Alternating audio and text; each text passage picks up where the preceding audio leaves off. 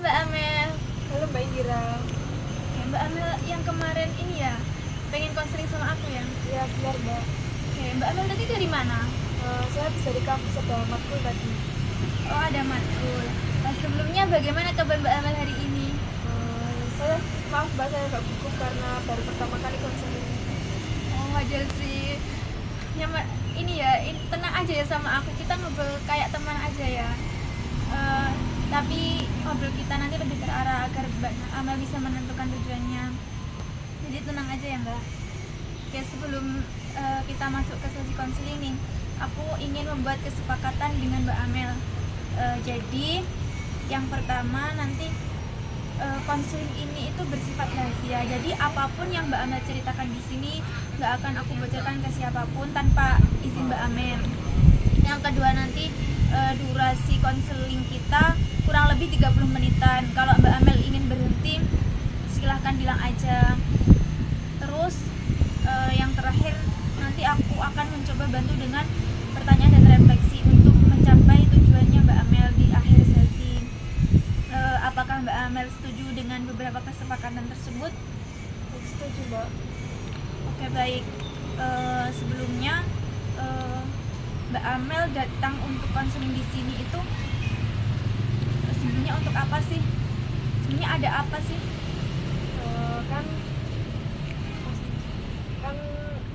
saya kan masuk, kan ini kan barengan semua ya Mbak. Saya masuk kuliah, terus adik saya masuk pondok, dan ibu saya tuh barusan kena pergeseran jabatan di pekerjaannya. Mbak Amel tadi ngomong ibunya terjadi pergeseran jabatan ya. Sebelumnya ibunya penjabat menjadi apa? Kan sejak kecil kan ibu saya sudah jadi perawat di rumah sakit ya Mbak, salah satu rumah sakit. Yang megang itu paman saya sendiri. Terus ketika saya mau masuk kuliah, saya masuk pondok itu barengan sama ibu saya bergeser. Itu harus, kalau mau ngelanjutin keperawatan itu tadi tuh harus lanjut ke kuliah dulu, harus lanjut S1 dulu sampai mendapat ya itu. Oh, jadi ibunya itu bergeser jabatan, yang aslinya perawat itu jadi yang Kayak kasir obat gitu. oh, jadi yang bawahnya gitu. Sebelumnya apakah ibunya ini ingin kembali di profesinya yang sebelumnya? Aslinya tuh pengen sih Mbak, karena kan ibu saya tuh kayak ngaboti aku kayak aku tuh kayak anak harus kuliah dulu, anak harus mondok dulu, kayak nggak mentingin diri sendiri gitu kan, kayak nggak memungkinkan gitu. Kalau ibu saya kuliah kan kayak kalau pikiran ibuku kayak nggak mungkin nyantol gitu kan, sudah berumur gitu kan Mbak. Jadi ibu saya tuh mentingin saya sama adik saya kuliah dulu. Jadi ibu saya mencoba untuk ikhlas di pekerjaan itu. Aslinya kan ibu saya kan nggak terima ya kalau digeser gitu. Jadi pas pas gajian itu ini nggak mau menerima uang gajinya kan, kayak nggak ikhlas gitu kan. Sering kalau di rumah sakit itu sering kayak ngamuk gitu, kayak memendam loh Mbak, memendam rasa sakit hatinya. Oh, jadi ibunya sebenarnya pengen untuk kembali ke jabatannya tapi syaratnya harus kuliah. Tetapi ibunya nggak nuntut untuk kuliah karena posisinya Mbak Amel ini juga lagi kuliah, terus adiknya juga lagi mondok, dan gimana? Kayak faktornya itu apakah kan faktornya tadi Mbak Amel menyebutkan ibunya karena sudah tua, jadi kayak pikirannya itu nggak nuntut untuk menjadi mahasiswa seperti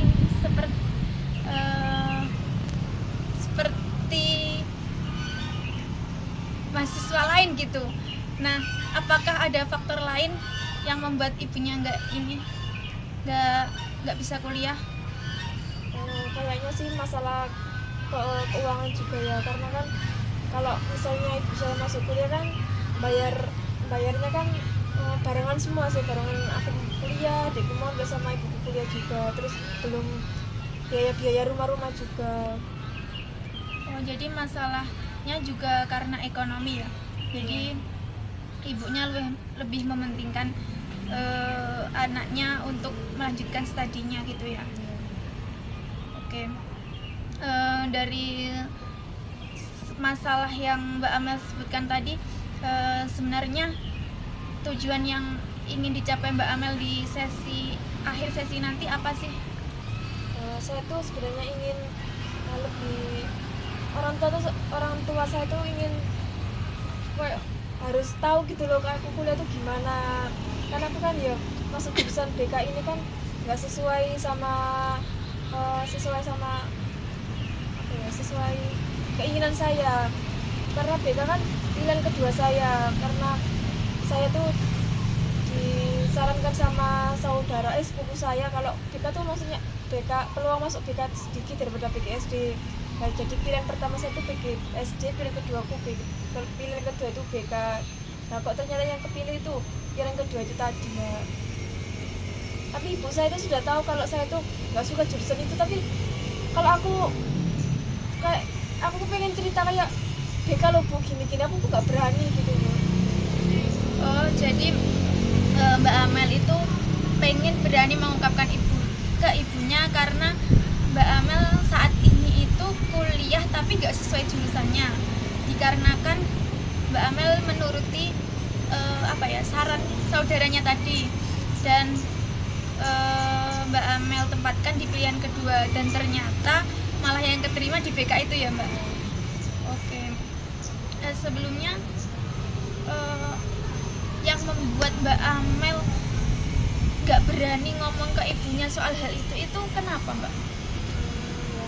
Takut Mbak. Takut karena apa? Karena ibunya itu sebagai orang tua dan Mbak Amel itu kayak kesannya gak sopan gitu kalau ngomong, atau bagaimana? Ya takut aja. Takut aja. Sepertinya Mbak Amel ini butuh yang namanya keterampilan latihan asertif ya. Apakah Mbak Amel sebelumnya pernah mendengar apa itu latihan asertif? Belum Mbak. Oke, tak jelasin ya. Jadi intinya latihan asertif itu kita berani mengungkapkan semua perasaan kita, semua apa aja yang ada di pikiran kita dengan jujur, tetapi dengan tetap sopan gitu. Apakah paham? Apakah mau aku contohkan dulu? Boleh Mbak, jujur Mbak. Oke, jadi yang pertama nih, contohnya masalah dengan temanmu ya. Aku contohkan masalah dengan temanmu.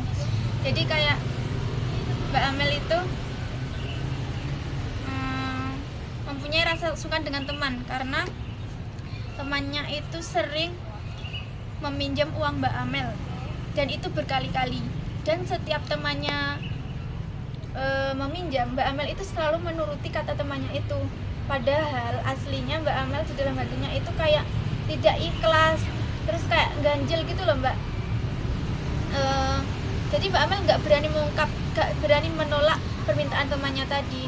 Nah, dengan latihan asertif ini Mbak Amel mencoba memberanikan diri untuk menolak temannya yang meminjam uangnya Mbak Amel tadi, tapi tetap dengan kata-kata yang sopan, halus, dan tidak menyakiti hati temannya.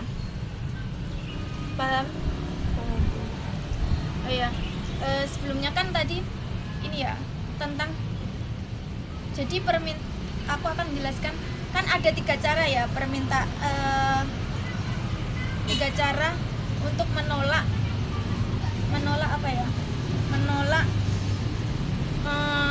temannya tadi. Yang pertama itu cara pasif.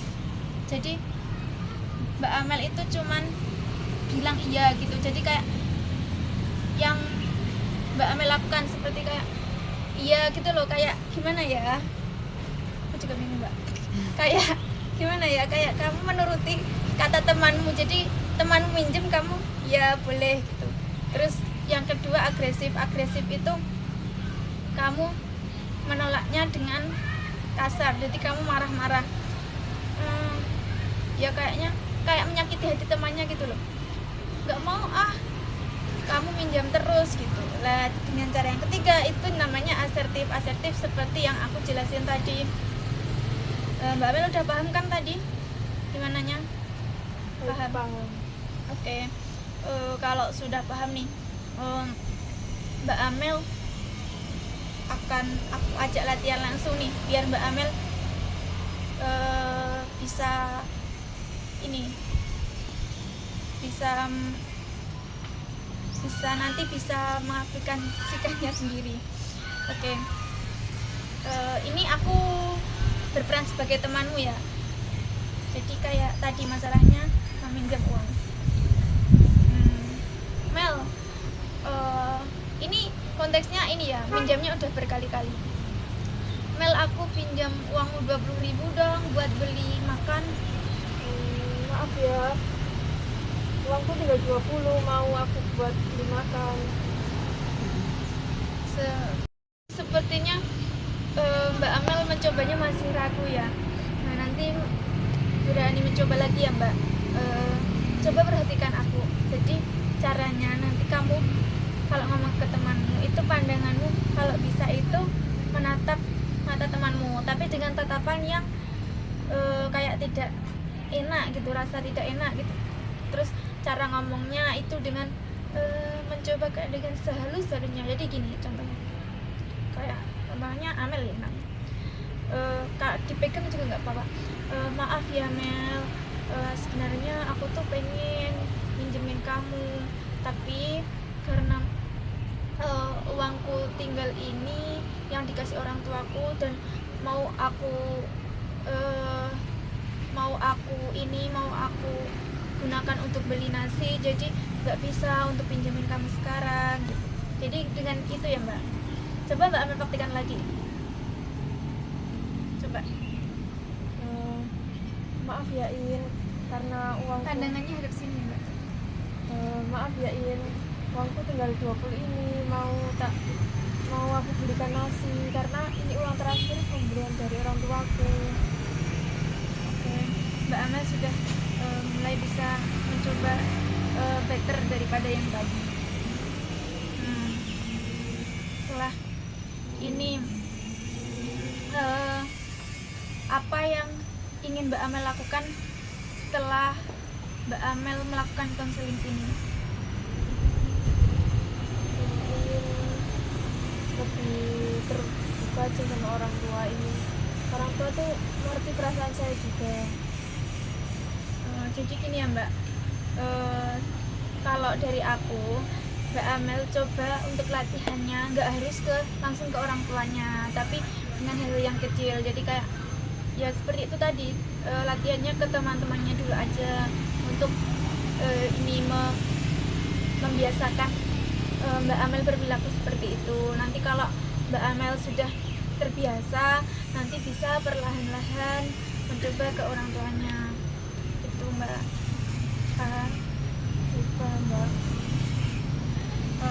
Apakah Mbak Amel ini sudah lega dengan perasaannya atau masih ada kejanggalan? Alhamdulillah udah lega sih. Oke. Jadi kesimpulan dari konseling Mbak Amel tadi Mbak Amel punya masalah, orang tuanya itu turun jabatan dan sekarang posisinya Mbak Amel lagi kuliah dan adiknya juga lagi mondok, dan orang tuanya pengen kembali ke jabatan yang dulu, tapi dengan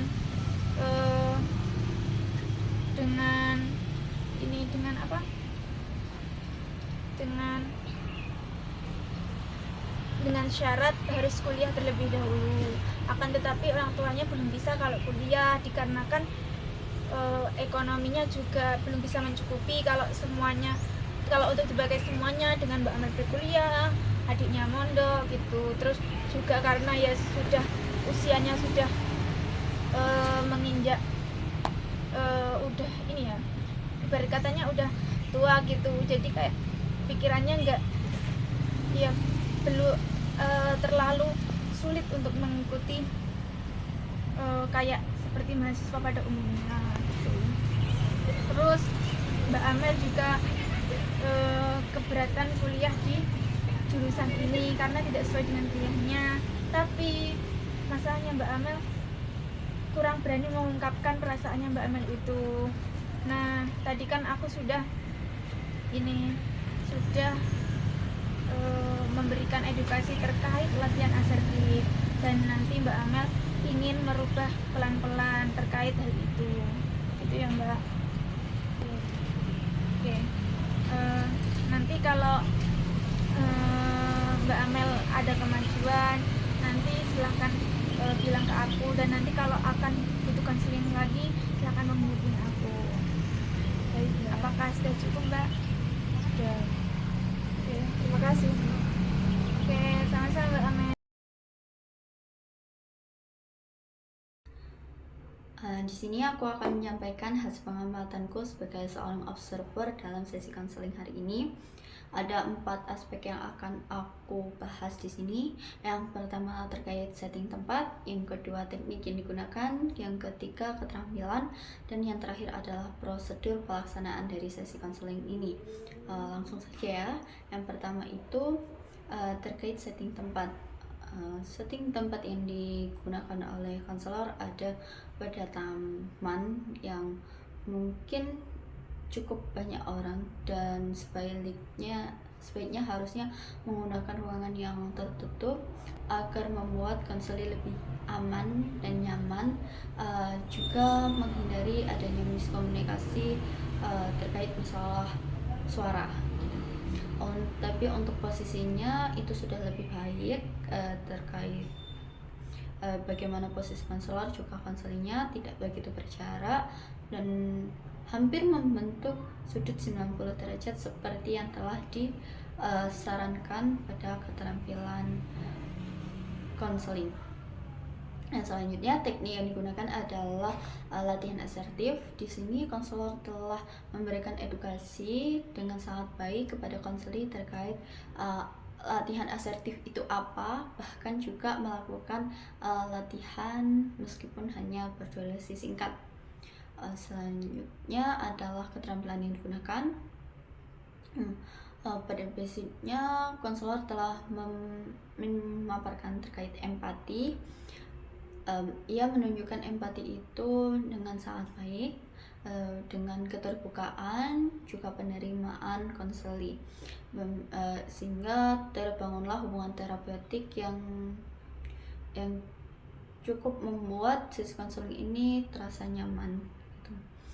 Kemudian ada klarifikasi, jadi konselor melakukan beberapa klarifikasi atas hal yang telah diceritakan oleh si konseli untuk menghindari adanya kesalahan pemahaman atau bias itu sendiri. Kemudian ada juga refleksi, di mana di sini konselor telah berhasil merefleksikan apa yang dirasa, yang dipikirkan, maupun perilaku dari si konselinya. Terdapat juga parafrase, meskipun tidak banyak, tapi itu sudah terdapat di dalamnya. Kemudian ada juga penyampaian kesimpulan pada akhir sesi. Untuk prosedurnya sendiri sudah beberapa sudah memenuhi dari langkah-langkah atau prosedur latihan asertif yang telah dipaparkan sesuai materi. Nah, jadi yang dilakukan di prosedur yang ada pada sesi konseling itu, yang pertama ada penerimaan atau pembangunan hubungan terapeutik. Yang kedua ada kesepakatan, membangun kesepakatan dengan si konseli. Yang selanjutnya ada identifikasi masalah, dilanjut dengan pembentukan tujuan yang dilakukan oleh konseli dengan bantuan konselor.